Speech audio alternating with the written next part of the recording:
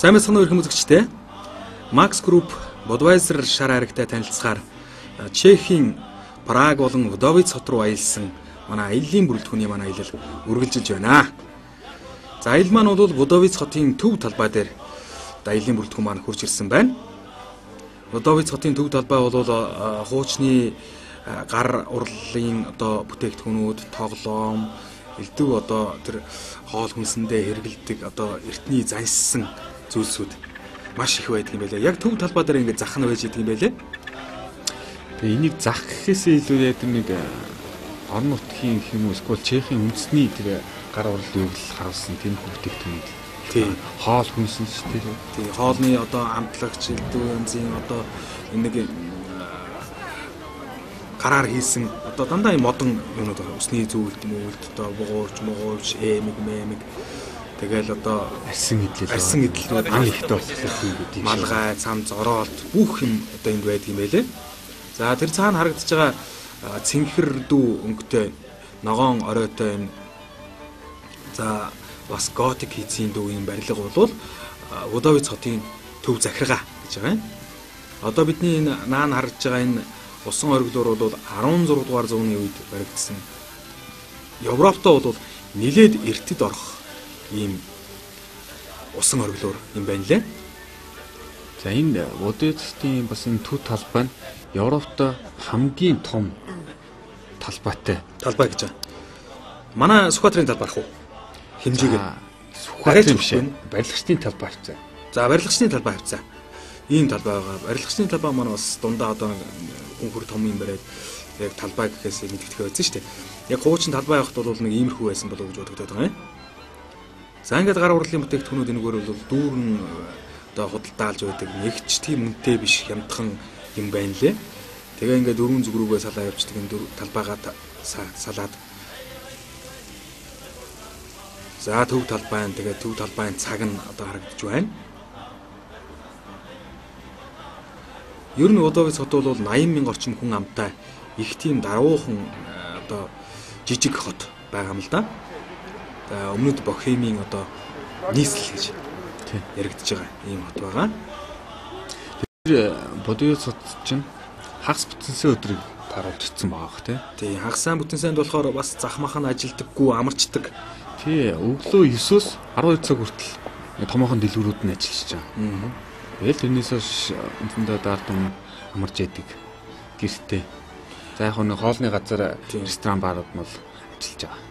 Тэгээ одоо энэ тойроод гарсан яармаг худалдаанаас одоо тэр жижиг модон тоглоомнууд одоо энэ нөгөө Пиноккио шиг одоо тийм тоглоомнууд бол зөндөө байна.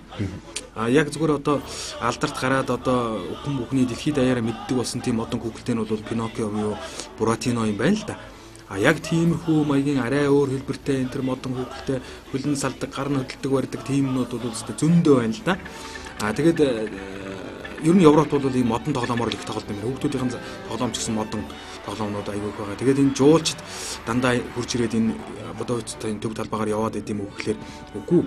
Яг энэ өөрсдийнх нь иргэд нь бас эндээс одоо ингээд одоо хоол хүнснийхаа ногоог худалдаж аваад элдв янзын одоо гар урлалын зүйлүүдэд худалдаж аваад тоглоомоо худалдаж аваад борцгнууд нь бас их өөрхөн тий эдний Чехийн бас талхч юм бол бас их өөрхөн амттай дажгүй талх байдаг юм байлээ. За Вдовиц хотын дундуур бол ийм хоёр гол урсдаг юм байлээ. Жижиг хоёр гол урсдаг жижигхэн ийм хоёр гүүртэй ийм газар байна. Ерөндөө бол их нам гүн хагас бүтэн сайн байсан болохоор одоо ингээд нөгөө дэлгүүр хошоонууд нь хаацс ерөөсө оруулаад үзүүлэхээр бас юм байхгүй тий. Тийм байдалтай байсан. За энэ Бихеровка гэж нэг алдартай архи харагдаж байна. Нэг чихэр өвсний амттай ийм архитай Чех оронч ер нь хаасайг одоо үндснийх нь одоо манайхаар бол нэрмэл архины юм болоо да. Бихеровка гэж ийм архи байгаа. Амсах юм бол чихэр өвсний амттай л их төстэй. Гэтэ яг чихэр өвс мөн үү биш үү мэдэхгүй байна л да. Тэгээ бид нар болохоор манайхан бол бас жоохон хошигноод нөгөө хин Чигатус ингэж нэрлэж байгаа. Очсон улсууд яг Чех татсных бас нэг амсч үзсэн л те. Тэгээд өөрөөсөндөө бас нэр өгч байгаа. Нөгөө Чигатусын чинь байна уу? Нэг татчуул яадаг энэ төргээ хоорондоос хөгжилдөж байла. За энэ бидний буусан буудал маань харагдчих. За энэ бол нөгөө юуны Budweiser-ийн үйлдвэр байсан гэж байна. Анхны. За анхны үйлдвэр байсан. Анхны үйлдвэр нь ийм байсан. Одоо тэгээд энэ үйлдвэр нь болохоор зочид буудлуулаад зочид буудал болон ресторан болцсон. За доороо бас дэлгүүрч байх шиг байна лээ. За тэгээд Будавицхтын төв талбайг бол эндээс бид харуулж байна. Тэгээд Будавицхт маань ингээд дээрээс нь харах юм бол түрүүн бидний харж байсан нэг тийм өндөр том цамхаг байсан. Тэр цамхаг дээрээс тэр цамхаг руу ч гарах гэж яг ихц бүр тэр энэ Европын энэ орой руу гарна гэдэг чинь бол дээр үед хийгдсэн нэг тийм том бодон энэ ихц шаттай айгүй хэцүү юм байл шүү дээ. Тэгээд дээрээс нь бол бид нар харсан. За Будавицхтын төв талбай. За бидэнд нөгөө аяллыг газарчил тайлбарлаж өгч ирсэн манай эмэгтэй харагдаж байна. За энэ чулуу их учиртай. Будавицхтын одоо эртний одоо энэ талбай дээр бол хүмүүсийг заазалдаг байж л дээ. Одоо маш олон хүн заазалсан гэж байгаа. Сүнс орогдсон шүү гэж яриад байна.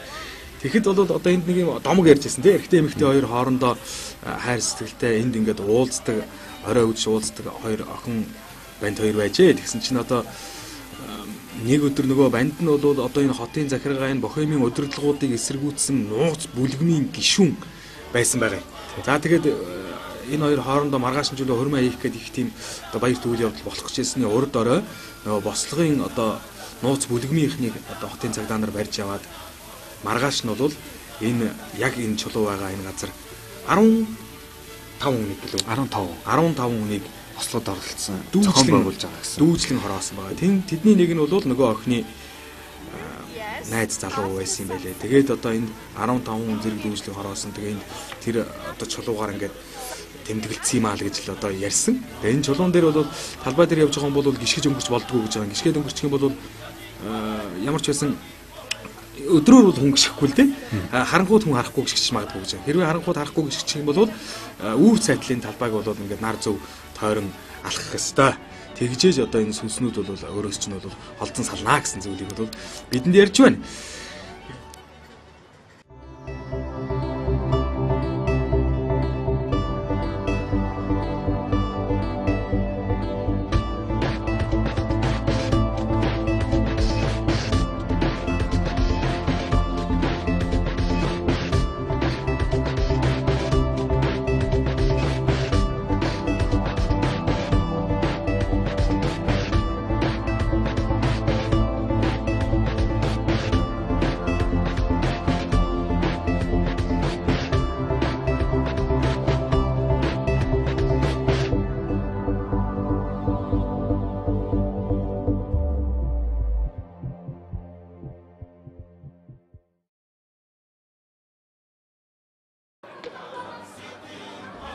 За бид бүхэн Шварценбергийн гүнгийн бас нэгэн одоо ан хийж явахдаа одоо буудалдаг найзуудтайгаа наргид сэнгдэг байсан цайзыг бол шөнийн одоо гэрэлдүүлсэн байдлаар харж байна. Энд чинь бодиод сотоос нэг 30 гаруй километр. 30 гаруй километр. Ойролцоогоор бас нөгөө түрүүний цайз чинь өмнөх дугаар дээр гарч ирсэн цайз бол бас нэг бараг 50 км очиж байна. Одоо сотоос ошоо урагшаа болчихно. Одоо энэ цайз болохоор нэлийн хоошоо 30 км болчихж байгаа. Ахаад бас нэг цайз бий. Ер нь яг тэр нэг одоо энэ Бохемийн энэ газар нутагт бол мань нөгөө нэг Шварценбергийн 3-4 цайз байгаа даа. 3-4 цайз байгаа. Тэр нь болохоор одоо нэг онцлогтой ан хийхдээ нэг очдог, хаваржаандаа бууж байгаа юм шиг нэг очдог юм. Зочид найз нөхдөө дагуулж бас нэг ирдэг барьдаг. За өмнөд одоо Австрийн хаант улсуудын одоо ноёд баядуудтай одоо гэрээ хилцээр хийх уулзах барихтаа бол Параг руу заавал очихгүй нэ шүү дээ. Дундаа одоо уулзчихдаг ч юм уу тий. Тийм маягтайгаар одоо байжээ. За ингээд ийм одоо хөшөө дурсгалын зүйлсүүд бол хинд чин цыгаанууд ихтэй. Бохемд бол бас тий. Цыгаанууд бол маш их байдаг. Ийм учиртай юм байна. За энэ дээрээс нь харуулсан зураг бол ийм байж. Энэ гол нь бол яг дундуур нь ингээ урсцсан ийм байж байгаа. Гудамжууд нь бол их нарийнхан эртний Европын одоо загвар хийцсэн маягтай. Байшингууд нь нөгөө нэг барокк хийцсэн одоо дээвэр оройтой ийм барилгууд. Шал нь бол яг ийм одоо 13 дугаар 100, 14 дугаар 100-д ингээ шигтгэгдсэн ийм чулуун хийцсэн гудамжин талбайнуудтай. Тэгэл хаасайг нөгөө нэг Будвайзер шар аргины чинь л одоо мухлагууд байна да. За ороод иржээ нөгөө мухлагтаа. За энэ манай нөгөө жолооч маань зэрэгцэл арх пи уугаад байдаг. Зэрэгцэл пи уугаад байдаг. Одоо яага пи уугаад яваад байгаа гэдгийг одоо бол мэдсэн байж байгаа. Өмнө бүр гайхаад байсан. Тэгсэн чинь нөгөө нэг Грац багтаа Грац байхгүй алкохолгүй шар ариг уугаад яваад байдаг юм байна л дээ. Тэгээд алкохолгүй шар ариг гэснээс манайд одоо бас зарим нэг шар аригны алкохолгүй төрөлнүүд бол орж ирсэн байдаг шүү дээ. Тэрийг гэдэг нөгөө ухлаар нэг тийм барыг сироп маягтай болоо. Компот ч юм шиг нэг тийм шампанск шиг чимсэж надад санагдаад байдаг байхгүй. Тийм дээ. Тийм тэгсэн одоо эндхийн яг энэ Budweiser-ийн тэр алкогольгүй төрөл нь бол яг шар хайр шиг амттай юм байлээ. Тэгээд одоо тийм учраас бол одоо цуг явж байгаа найз нөхдөдөө хажууд нь бол одоо ингээд бас уугаад явхад бол юм боломжтой юм байна лээ. За бидний одоо Томас Барто маань харагдаж байна. И это наша компания. Это Budweiser компания, да? За многолетние нас верное такое сотрудничество и за вот эту и за Budweiser Max группа. Спасибо. Большое спасибо. Мөн бас одоо Монголын манай харилцагч байгууллагуудыг те халуун баримтан авч одоо энэ маш олон жилийн түүхтэй Чех орноор те сайхан мэдээлэл халуун нөхдөж авсан манай харилцагч гэсэн бас танд баярлалаа хэлж байна те. I would like to tell that it's our big pleasure that Mongolian businessmen, okay, and Mongolian trade people, okay, who handle Budweiser in Mongolia, yeah, could come to the Czech Republic, okay, and to visit the most beautiful places. That means Prague, South Bohemia, yeah, Krumov, Hluboká brewery, and I hope we will meet each other next year. Yeah, so some trade visit, yeah, will come again, yeah.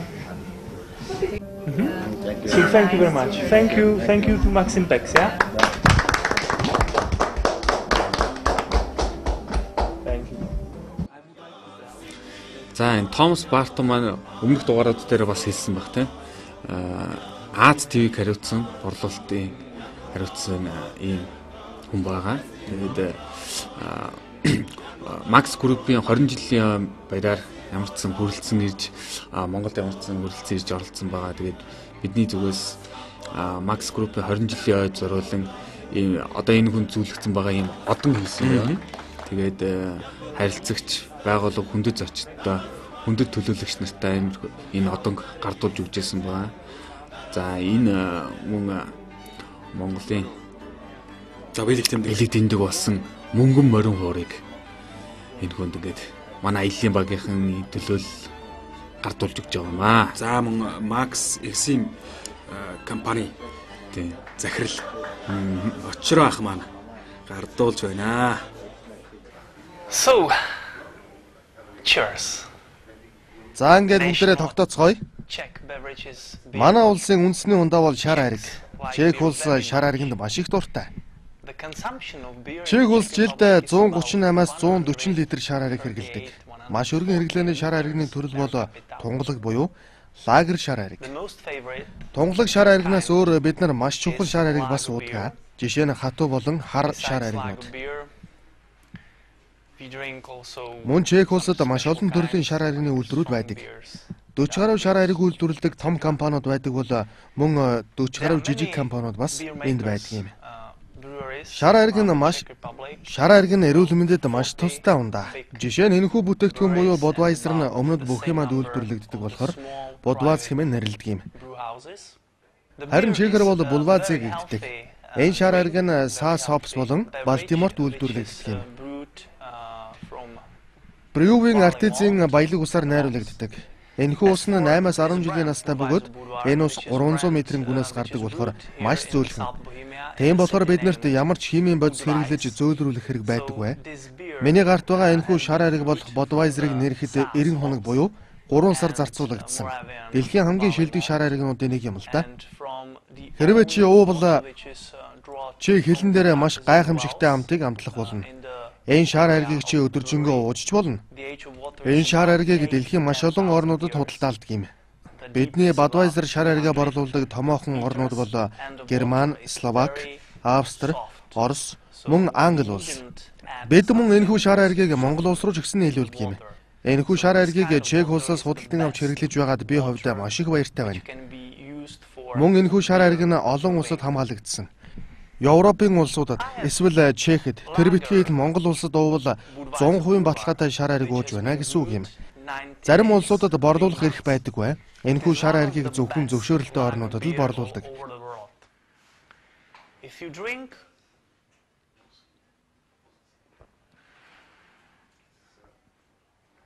Жишээ нь Европын зүрхэн орнуудад борлуулдаг юм. Шар ариганд хайртай Монгол улсын хэрэглэгчид зөвхөн шилтэй шар ариг уухаас гадна задгаа шар ариг уух бас боломжтой юм. Энэ бол тун гайхамшигтай. Эцэст нь Монгол улсын иргэд бидний Budweiser шар аригийг ууснаар маш зугаатай байх болно гэдгийг хэлэхэд таатай байна. Ийм төрлийн шар аригийг ууж байгаад нь би маш их баяртай байдаг юм. Мөн та бүхнийг Чех улсад ирж хаан нэрдэг болон үндэсний хэв маяг соёл иргэншил түүхийг нь судалж мэдээсэй гэж би хүсэж байна. Яагаад гэвэл Бракаас өөр маш олон тооны сонирхол татам газрууд энд зөндөө бий. Олон тооны цайз болон түүхээр бэлгсэн хотмууд байдаг юм. Эцэст нь хэлэхэд Budweiser шар аргийг Монгол улс руу нийлүүлж борлуулж өгч байгаа Max Exim компанид маш их баярлалаа. Мэдээж энэхүү үйл ажиллагаа нь манай Budweiser шар аригны борлуулалтыг ч ихсэн нэмэгдүүлж байгаа юм. Та бүхэнд маш их баярлалаа. Will increase the sales of this beer. So thank you very much. За манай аяллаа бүрэлдэхүүнд бол Max Exim компаниас төлөөлөгч нар оролцсон. Группийг төлөөлж бас мөн явсан байгаа. Мөн харилцагч нарыг төлөөж бас нэг содон хүн байгаа. Тэр маань болохоор Budweiser пивний Bud асар гэж нэг 100 асар ажилласан. Тэрхүү асар дээр одоо байнгын үйлчлүүлэгч байж пивний тэмцээнд маш их идэвхтэй оролцсон нэгэн хүн маань пив ууж тэмцээнд ялаад одоо энд аялалд оролцсон. Ийм их хоцсон байгаа. Чех орн маань бол яг 1993 онд одоо Словакиасаа салсан юм байл да. 89 онд нөгөө социализмыг түлхэн унгаасан одоо хувьсгал болоод тэгтээ ер нь бол их тайван замаар болоод тэгээд одоо нөгөө манайхаар бол одоо Чойн мөн юм уу да Вацлав Хавел чинь энэ улсыг өдөртөж цааш навч яваад 93 онд Словак салаад ингээд явсан юм байлээ. Словакийнхаа нутагт бол одоо нөгөө театрын нуруу үзэсгэлэнтэй сайхан байгаль энэ тэрэн бол үлдсэн юм байна лээ. За бусад зүйлүүд нь бол одоо ингээд Чехтэй байж байгаа. За одоо бидэнд одоо баярсан талархснаа л илэрхийлэл байна. Тэгээ одоо ирэх жил одоо бас дахиад одоо Max Group-ээс хүмүүсийг нааш нь аялуулна, дахиад Чех орноо үзүүлнэ. Budweiser-ийн одоо үйлдвэр Budweiser хотоо бас үзүүлнэ гэдэл одоо сэтгэл хөдлөсөн бол доо бидэнд бас. Тэгээ ер нь бол энэ аяллыг энэ бол анхны удаагийн аялал. Тэгээд энэ аяллыг бол жил болгон уламжлал болгон явуулна. Тэгээд цаашдаа аялал маань нэлээд туршлагаж чад тий үзэж харуулах юм их болно. Тэгээд энэ одоо нөгөө вино дарс яадаг эсгдэг гинэ. Саяны одоо химийн танхимд байдаг шиг тийм шилэн зөвлөд ч одоо энэ дарсуудыг эсгдэг гин. За тэгээд одоо Чехийн Budapest хотоос зайдаг байгаа одоо ч одоо нэг жижиг тосгонд ирчээд тосгон шахуу хотод ирчээд байгаа жижиг хотл юм да. За энэ хот бол ингээд хаанч орсон ингээд ийм цөөхөл хөгжимчд одоо хөгжимдөж орой үчиг одоо орой хоолоо идэж Budweiser шар арга шимэн суугаа хүмүүсийн ая тухыг бол хангаж сайхан хөгжим тоглож Европын одоо эртний сайхан одоо хөгжмүүдийг нөгөө нэр алдартай нөгөө Моцарт, Бетховен, Бах, одоо Шопен, Лист, Мистийн хөгжмөөс гадна одоо бас бидний мэдхгүй мөртлөө ямар гоё аялгау вэ гэсэн тийм одоо аялгуунуудыг бас энэ цөөхөл хөгжимч тоглож илээ шүү. Тэр орой одоо үнэхээр сайхан байсан. За тэгээд энэ ер нь бол Европ ганц Чех гэлтгүй ер нь Европт адилхан л байдаг юм шиг байна тийм. Ресторанууд нэг том ресторанд орно гэхэлэр би одоо бол төсөөлөл нь бол аригвал том нэлээд бүр зай талбай ихтэй ресторан болов гэж одоод орхлоо л зөвөр нэг иймэрхүү нэг жижигхэн ресторанууд байгаад байгаа юм. Энийг одоо бидний энэ орсон ресторан ч юм болохоор яг бидний энэ утсан тэр тосгоны хамгийн том ресторан. Хамгийн том нь. Эндээс гадна одоо ингээд яг гарангуут бас энэ жижигхэн төв талбайтай бас бүгд л нэг төв талбайтай жижигхэн тосгонч бай, жижигхэн сууринч бай, бүгд төв талбайтай. Тэгээд тэр төв талбай нь бүгд нэг хүний нэрмжит байх жишээ нэ. Тэгээд тэр хүнийхээ одоо хөшөө дурсгал бүх юм нь байж яадаг. Одоо тэгэхээр ч н одоо тэр гудам энэний өргөнчлөө энэ төр гэхээр ч н одоо антшгүй байлгүй яг. Манайх ч одоо яг тийм юм байхгүй. Баянгол дүүргэл гэж яадаг. Баянгол дүүргийн маань төв талбай нь хаана юм жишээ тийм. Ингээд энэ зохион байгуулалтын үед яг тэг зохион байгуулдаг юм шиг анзаарагдсан. Цыгануудын одоо баар юунууд их бий. Энэ эргэн тойрон. Бид нар тийш нь орё игээд одоо хөгжилсэн. Тэгсэн харин манай Томас маань бол яах юм бэ? Одоо тийшээ ороод бас янз бүрийн одоо булгаа дэлхий элдв бүтэхгүй хүмүүс бол их байдаг юм аа бас дисктэй гэдэг талаас нь манай хүн чи одоо биднийг хариуцж явж байгаа юм шүү дээ. Цыганууд маань бол ер нь одоо 21-р зуун гарчаад байхад бас төдийлэн сайн төлөвшөөгүй л байгаа юм байлээ. Нөгөө л алга үзий барийгээд ревэрэл байгаа л гэж хэлжээ дээ. За ингээд одоо манай аялын бүрэлдэхүүн маань бол үндсэндээ маргааш буцна гэдэг буцах гээд байж байгаа. За таксины хүртэл ингээ Budweiser гэл ингээл Budwarka гэл байж идэг. Гудамж талбай тэр цаан ч гэсэн Budwar л гэж энэ хотел мөнлөд л одоо Budweiser-ийнхаа одоо эмблем тэмдгийг ингээл тавьчихсан. Ер нь хаасаагүй алхам тутам. Тэгээ эн чинь яа тэгэхээр одоо Чехийн үндэсний үйлдвэрлэл гэдэг. Үндэсний үйлдвэрлэлээ бол ингэж дэмжиж юм билээ. Энэ Budavis хотод бол Budweiser-аас одоо өөр шар хайраг уугаад явж явах тийм Чех үндэстэн Чех иргэн гэж байхгүй. Гаднаас ирж байгаа жуулчид ч мөн адил Budweiser л уунахгүйс одоо тэнд очсон өөр одоо юу гэдэг Heineken Amstel ч юм уу тийм пив уугаад явж байгаа гэж бол байх юм. Тэ? Budweiser л уу. За ингээд бид бүхэн тэр одоо тэр дэлгэцэн дээр харж байгаад яг тийм буудлын өрөөнд л орсон доо. Энэ хуучин Budweiser-ийн үйлдвэрт нь ороод хонцсон. Үйлдвэр байсан гэж 1700 оноос ахуулаад үйлдвэр нь байсан. Яг үйлдвэрийн одоо төв хаалга нь бол энд байж байгаа. Энэгээр одоо ажилчид ордог гардаг тийм байсан юм байлаа. Одоо бол зочд буудал болцсон. Ингээ байж байгаа. За Чех Праг хоттой бас одоо Budweiser шараарыг маань бол бас хоккейн багуудаа юу энд тэгж барьдаг тийм юм байна лээ. За ингээд бид бүхэн Max Group-ийн шугамар Budweiser шарааргийн одоо үйлдвэрлэгч одоо Budavits хотод хүрэлцэн ирсэн байгаа. Энэ аялал маань одоо өнөөдөр үндсэндээ өндөрлж байна. За 4-5 хоног бид бүхэн Budweiser-тэй цуг байлаа. За одоо ингээд Budavits хотын гудамжинд бол ерөөсөө ингээд хаана ч гэсэн Budweiser Budwar гэж бичсэн. Энэ зураг тууцтай бол та бүхэн таарлах болно. За тэгээд бид бүхний одоо энэ бууж байгаа буудлал болохоор одоо анх Budweiser-ийн үйлдвэр байсан ийм газар байгаамаа. Тэгээ одоо бол зочдууд болсон. Ийм байдалтай. За тэгээд энэ буудлын дэлгүүрний оосор хүртэл одоо ийм лонхны Budweiser-ийн шилний хэлбэртэй байх жишээний. За жишээ нь одоо ингээд энэ хан дээр ихэд л одоо ингээд Budweiser мөн ялгаагүй. Одоо ингээд наашаа явлаа гэхэд ийшээ энэ гудамж байгаа. За энэ гудамж бол одоо эндээс ийшээ ингээд төв гудамж нэг юм. Budweiser хотын төв одоо төв талбай тэр бөөн гэрэл харагдаж байгаа юм тэнд байгаа. За эндээс ингээд харахад одоо өшөө жоох наашаа явда. За тэр. Одоо ингээд ерөөсөө энэ гудамж ерөөсөө дагуудаа тэр чигтэл Budweiser. Ерөөсөө гэрлэн чимэглэл болон одоо зураг тууцаар бол Budweiser-ыг бол битүү илэрхийлсэн. За энд байгаа ерөөсөө бүхий л баар одоо уушийн газрууд бол тэр чигтээ Budweiser-аар л амьсгалдаг юм байна. Аргачгүй байх. Ерөөсөө учир нь ерөөсөө энд дэлхийн ганцхан энэ хотод Budweiser гэдэг шар айргийг Чехийн Budweiser гэдэг шар айргийг бол үйлдвэрлэдэг учраас одоо ийм байхаас ч аргагүй юм шиг байна. Тэгээ ямар ч байсан аялал маань бол маш сайхан одоо явагдаж өндөрлөлөө. За манай аяллаа бүрэлдэхүүнд оролцсон бүхий л хүмүүс бол сэтгэл хангалуун одоо маш сэтгэл өндөр одоо аяллаа үдлээ. Тэгээ одоо бүгдээрээ маргааш Монгол руугаа буцах болно. За сая одоо бас Budweiser-ийн зүгээс биднийг хүлээж авсан одоо зохион байгуулагч Томас маань бас бид бүхнийг гаргаж өгч байна.